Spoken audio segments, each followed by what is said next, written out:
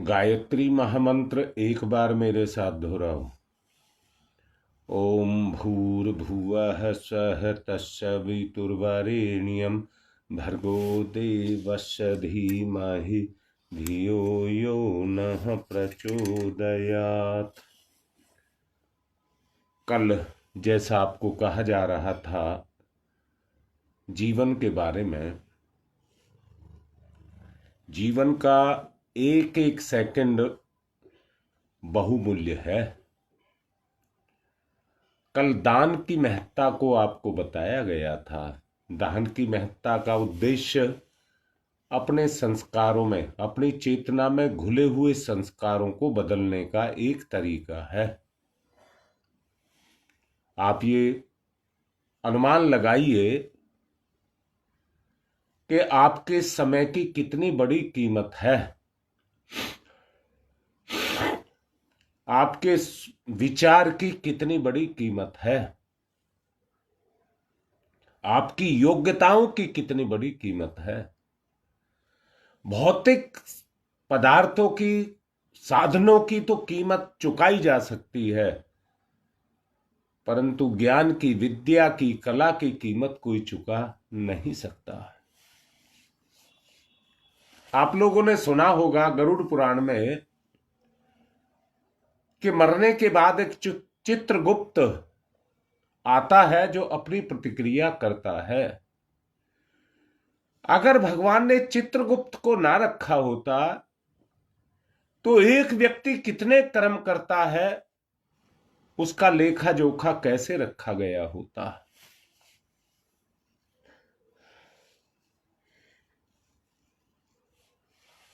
और अनंत प्राणी इस दुनिया के अंदर निवास करते हैं।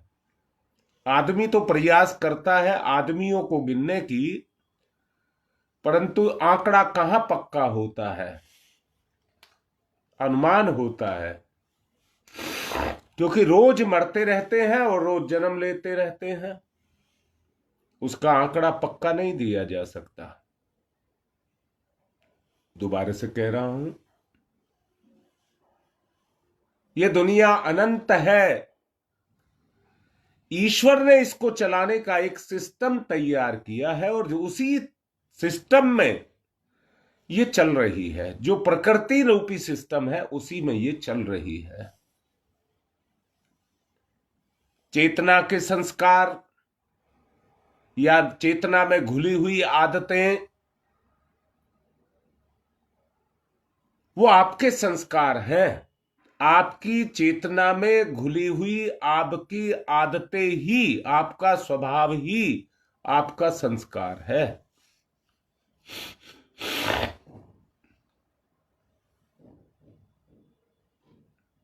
अगर संस्कार को गति देनी है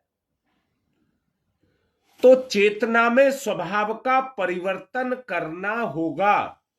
चेतना में स्वभाव का परिवर्तन करना होगा। आपने देखा है संसार के सारे रिश्ते, संसार के सारे साधन और सामग्रियां, ये सिर्फ व्यक्ति के साथ जीते जी उसके साथ रहते हैं और इनका केवल काम इतना है कि भौतिक संसार में आपको किसी भी तरह की कोई समस्या पैदा ना होने दी जाए। पर समस्या तो अपने स्वभाव की है, अर्थात जो संस्कार हमारी चेतना में घुले हैं वो ही हमारे स्वभाव का निर्माण करते हैं। आज तक जितने महापुरुष हुए हैं उन्होंने अपने जीवन को जीने का एक रास्ता निकाल करके लाए और अपनी सोच के द्वारा उन्होंने सोच को इतना व्यापक किया, अपनी सोच के द्वारा वो वैसे ही कर्म करते चले गए। अर्थात उनका चेतनात्मक जो स्तर था वो व्यापक होता हुआ चला गया।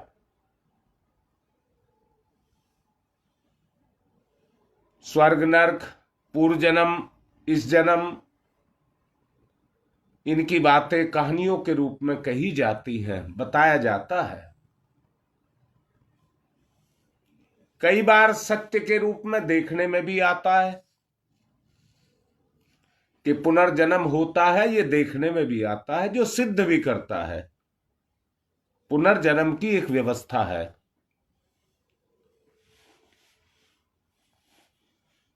परंतु हमारी आस्थाएं, आकांक्षाएं, गतिविधियां अगर इनको दिशा ना दें तो ये संपदा तो यहीं छूट जाती है जिनके लिए हम मारे मारे फिरते रहते हैं। ईश्वर के प्रति आस्था और उस पर किया गया कर्म व्यक्ति को ईश्वर की तरफ लेकर के जाता है, अर्थात वो चेतनात्मक जो रिश्ते हैं, मैंने कहा है भौतिक संसार की सभी चीजें छूट जाएंगी, परंतु चेतना क्षेत्र की कोई चीज आपसे छूटने वाली नहीं है। वो आपका संस्कार बन जाती है और आपकी चेतना के साथ जुड़ जाती है, और इस जन्म नहीं, अगले आने वाले जब तक जन्म है तब तक वो आपका साथ देती है, जब तक हम अपने स्वभाव को ना बिगाड़ें।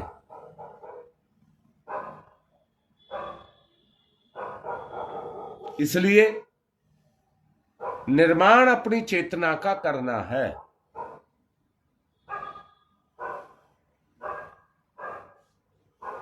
मेरा आपसे निवेदन है, जीवन की पढ़ते हैं, बहुत अच्छे से सुन लेना जो मैं अभी कहने जा रहा हूं। जीवन की पढ़ते हैं, उन पढ़तों के अंदर अपनी चेतना को घुसाना होता है। भोगी कामी व्यक्ति चाह करके भी ईश्वर की तरफ चले,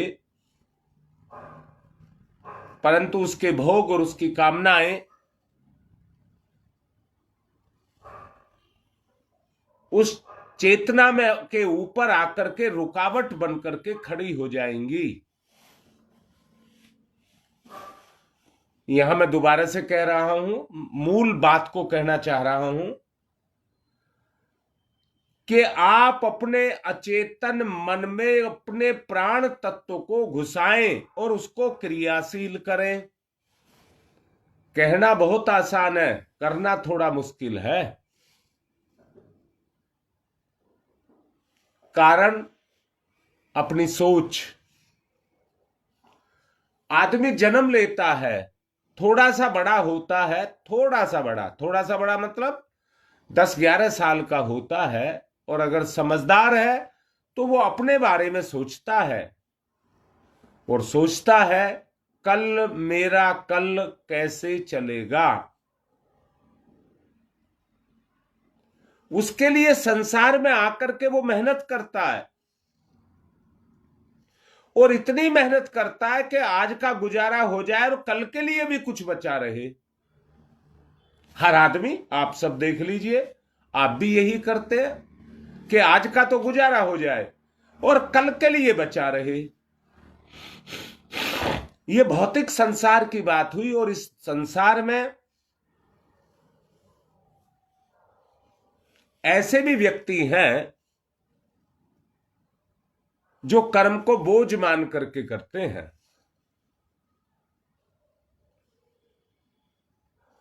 जो कर्म को का संबंध साधनों तक रखते हैं,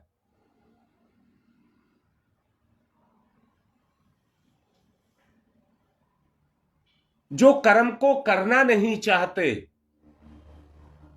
ऐसे व्यक्ति आलसी, प्रमादी, लापरवाही, ये सब वाले होते हैं। परंतु यही निष्क्रियता आपके चेतनात्मक संस्कार जो आपके अंदर है उनको जागृत नहीं होने देती। हमें अपने संस्कारों को जागृत अगर करना है तो हमें अपनी चेतना में प्रवेश करना पड़ेगा और आई हुई छाई हुई निष्क्रियता अंधकार को दूर करना पड़ेगा।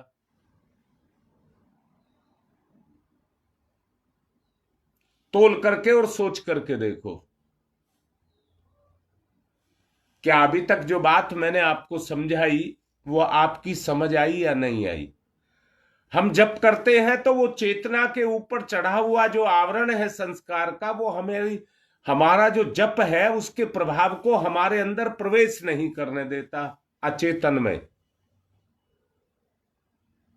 ऊपर से भी जो हमारा सांसारिक मन है या स्थूल मन है उसको जागृत नहीं होने देता, वो अड़ा रहता है और अपने ही बारे में सोचता है, आपके बारे में नहीं सोचता।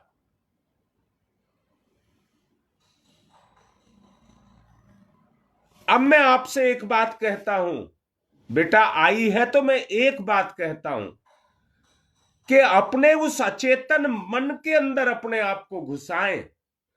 जो तपस्या का प्रभाव है, जो आप तप कर रहे हैं, त्याग कर रहे हैं, जो चेतन मन के साथ जुड़ा है उसका आप त्याग करके अचेतन में जाकर के अपनी तपस्या को घुसा दें तो काम बन जाएगा। उस तपस्या के प्रभाव से अचेतन मन खिलने लग जाएगा, खुलने लग जाएगा।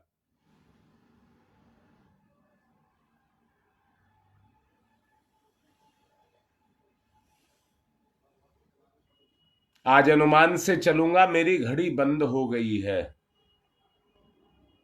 मैं समय नहीं देख पा रहा हूं, इसलिए अब ध्यान की तरफ मैं चलाने के लिए कहूंगा। और मेरा उद्देश्य यही है कि आप अपने चेतन के प्रभाव से चेतन को इतना त्याग में, तप में बना दें, जी बेटा, भाव रूप में बना दें कि उसका प्रभाव जाके आपके अचेतन पर अपने प्रभाव को डाले। ये चक्रव्यूह है।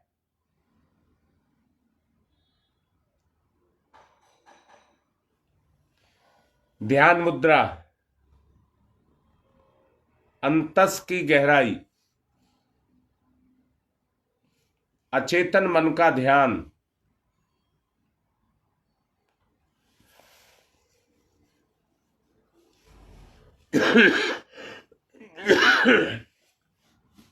सत्कर्मों का प्रभाव या श्रेय अपने अचेतन को दें।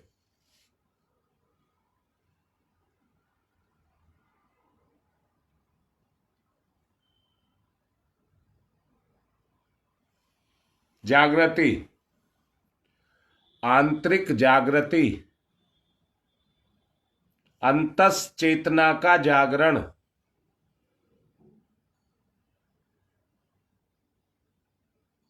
आत्म विकास, घुस जाए परतों में, घुस जाए परतों को फाड़ते जाएं और घुसते जाएं। संसार की तरफ से आंख बंद,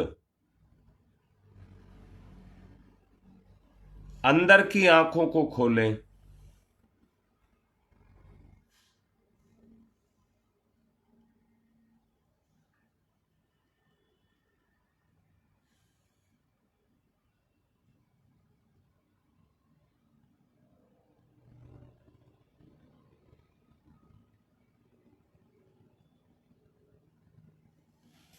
जागरण, अचेतन का जागरण, जागरण हुआ तो खुलेगा,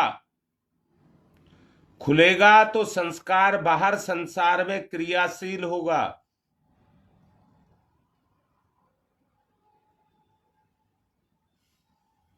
तमोगुण नहीं, सतोगुण की वृद्धि होगी।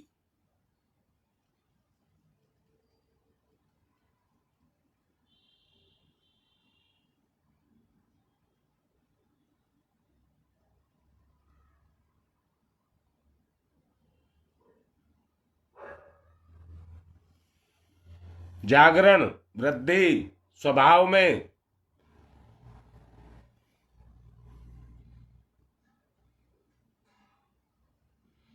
जीवित अवस्था में चिंतनशील जागृत मस्तिष्क, विचारों का प्रवाह जागृत करिए, विचारों का प्रवाह जागृत करिए।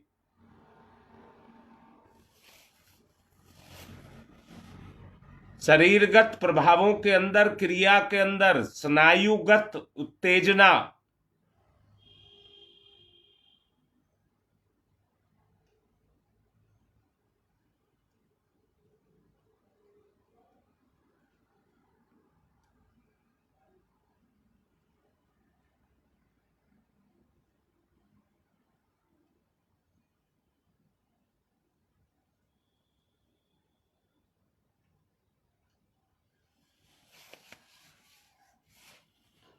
उत्तेजना का प्रभाव, दबाव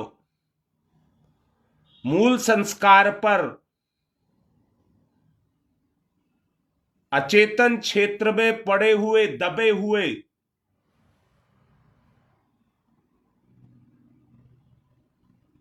संस्कारों को उखाड़ना,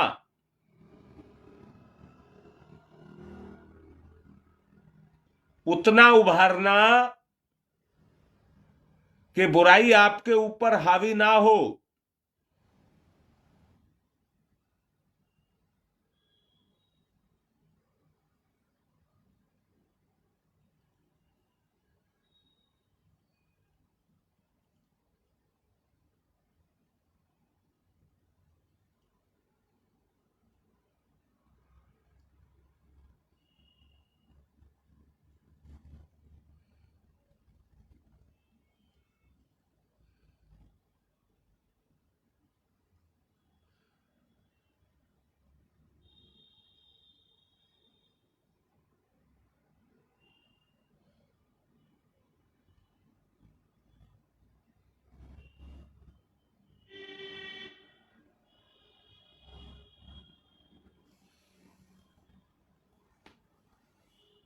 उखाड़िए, अंदर ही अंदर क्रियाशील प्रभाव छोड़िए। ओ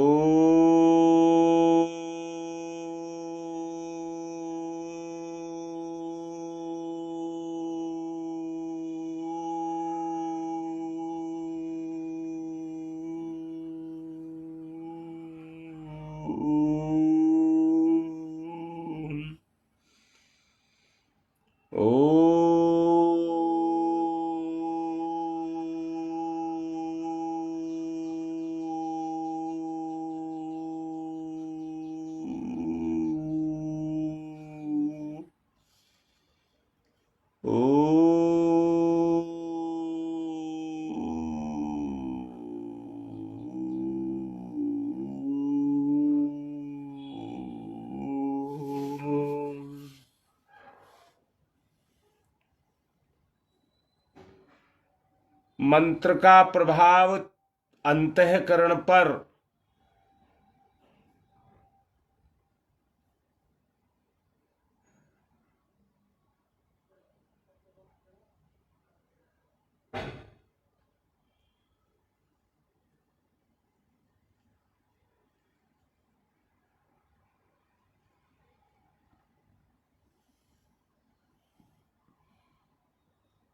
स्वभाव क्रियाशील, हृदय में चेतना, अपनी अपनी अनुभूति सबकी, अपनी अपनी अनुभूति सबकी।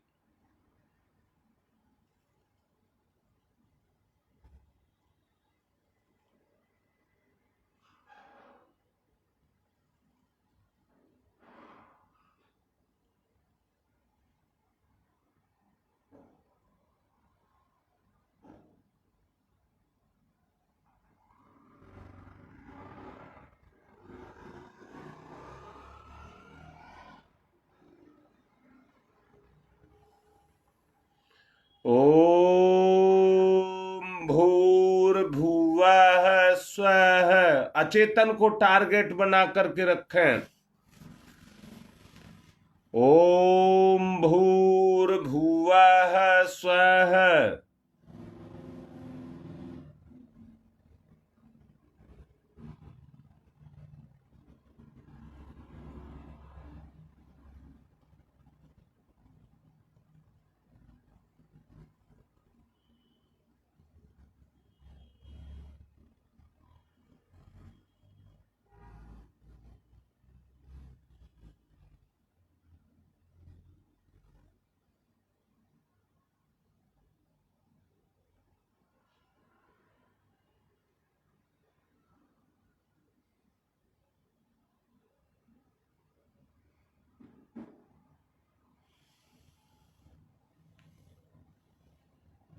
प्रभाव क्रियाशील।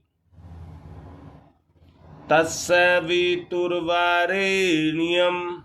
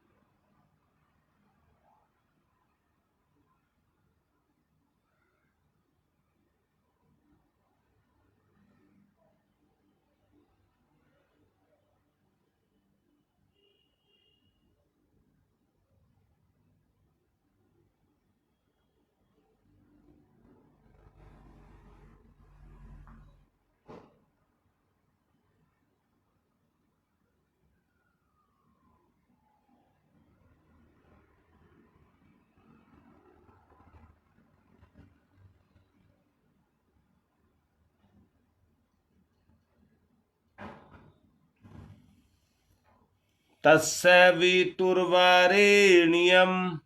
उस तेज को वर्ण करिए, सोखिए। तस्य वितुर्वरेण्यम्।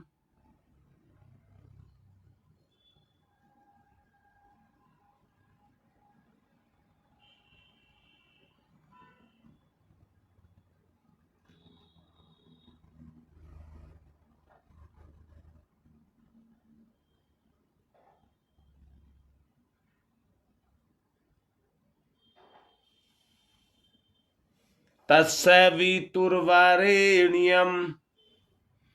गर्म कर दें अपने विचार को, गंदगी ना रहने दें। तस्य वितुर्वरेण्यम्।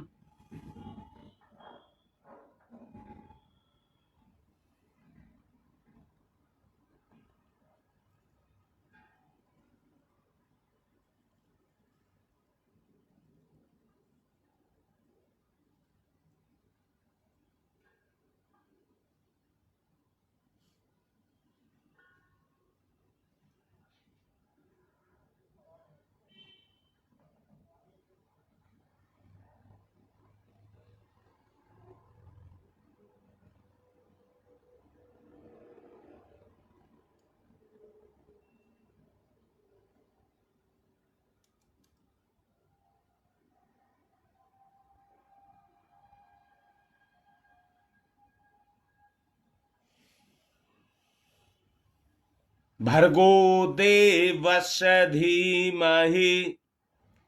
ओतप्रोत, एकाकार, मिलन।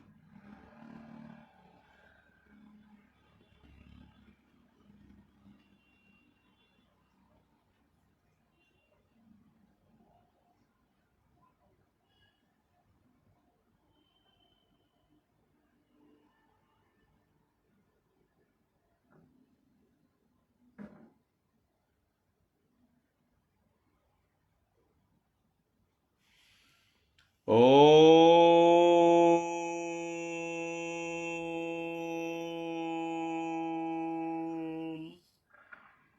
भूर्भुवः स्वः।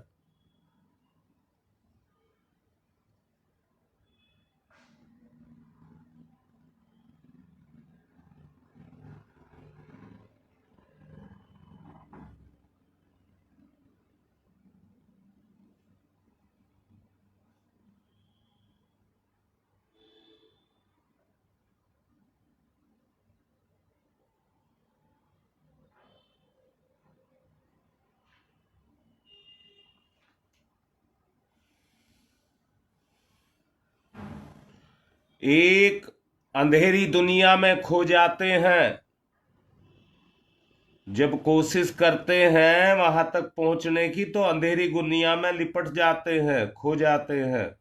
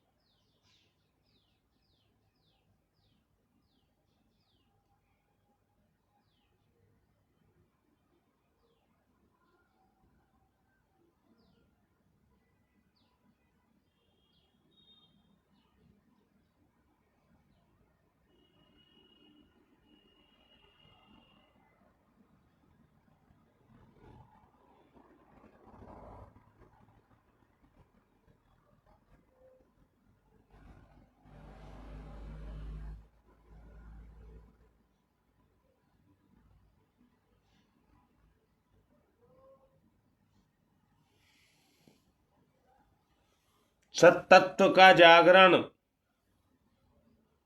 भक्त की स्थिति में आए।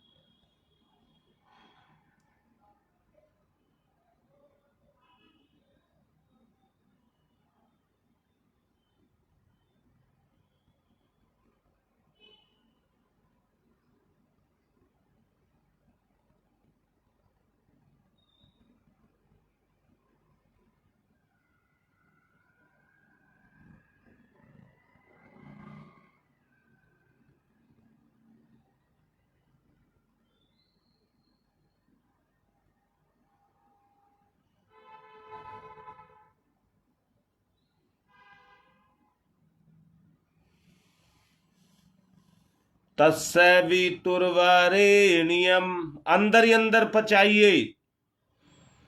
तस्य वितुर्वरेण्यम।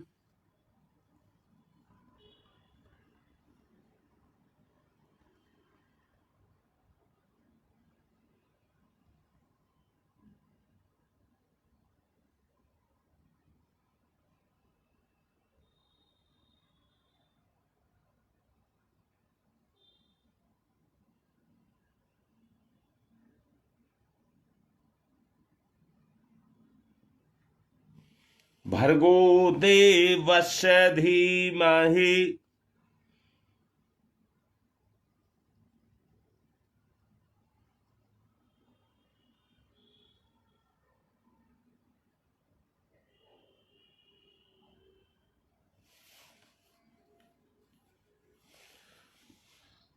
अचेतन मन को खिलाएं, प्रसन्न मुद्रा में लाएं। भर्गो देवस्य धीमहि।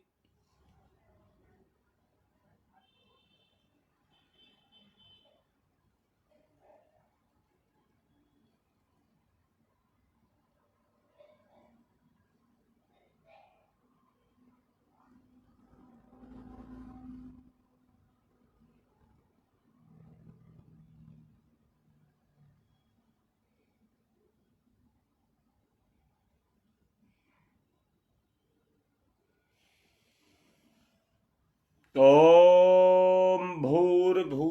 स्वः।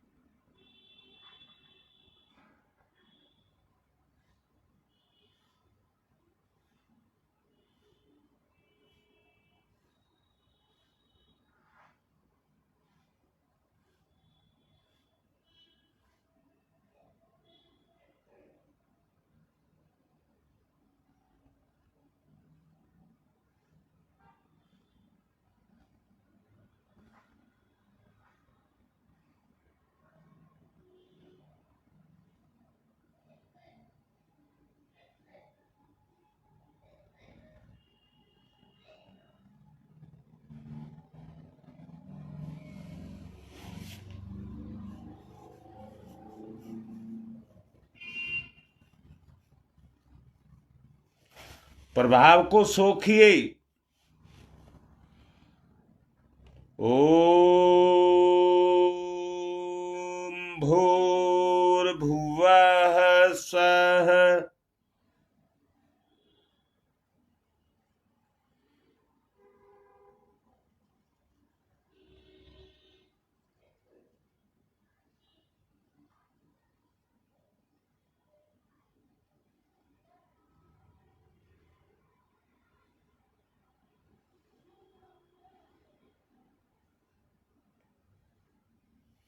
तत्सवितुर्वरेण्यम्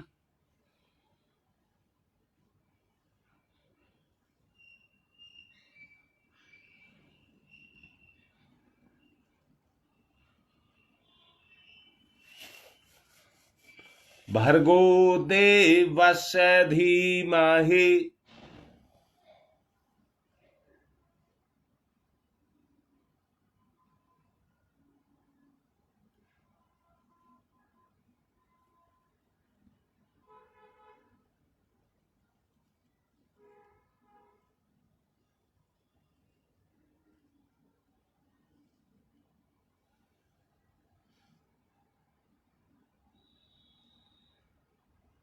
भर्गो देवस्य धीमहि।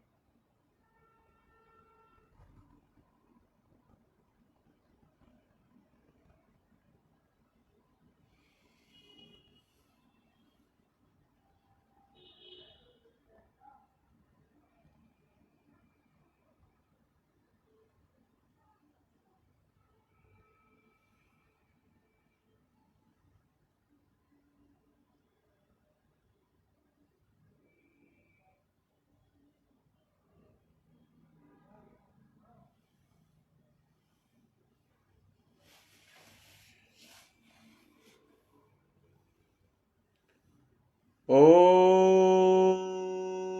भूर्भुवः स्वः।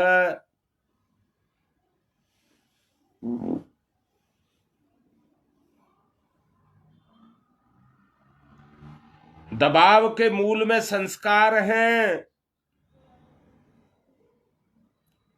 अचेतन मन क्षेत्र में दबे पड़े हैं।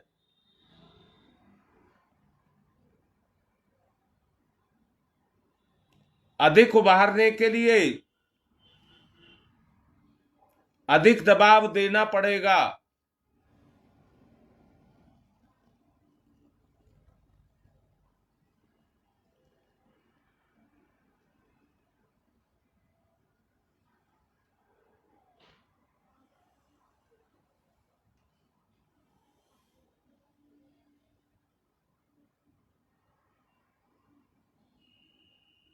ओम तमसो मा ज्योतिर्गमय। तमसो मा ज्योतिर्गमय।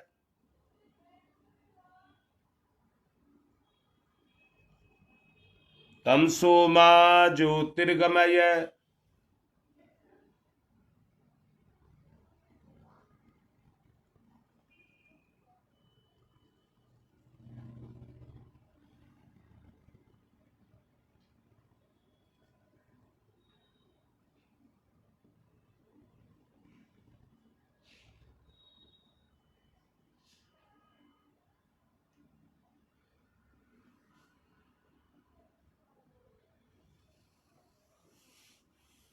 अमृत्योर्वामृतं गमय।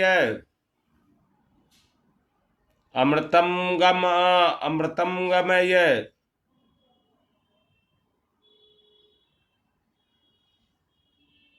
मृत्योर्मामृतं गमय।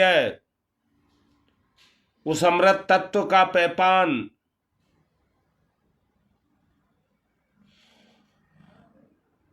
मृत्योर्मामृतं गमय। तमसोमा तमसोमा तमसोमा ज्योतिर्गमय ज्योतिर्गमय ज्योतिर्गमय।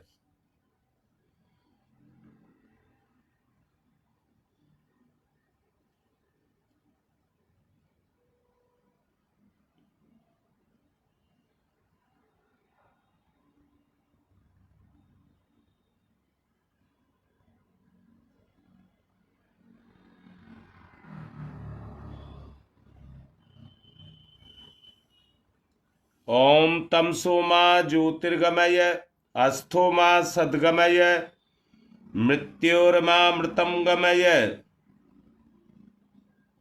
गमन गति।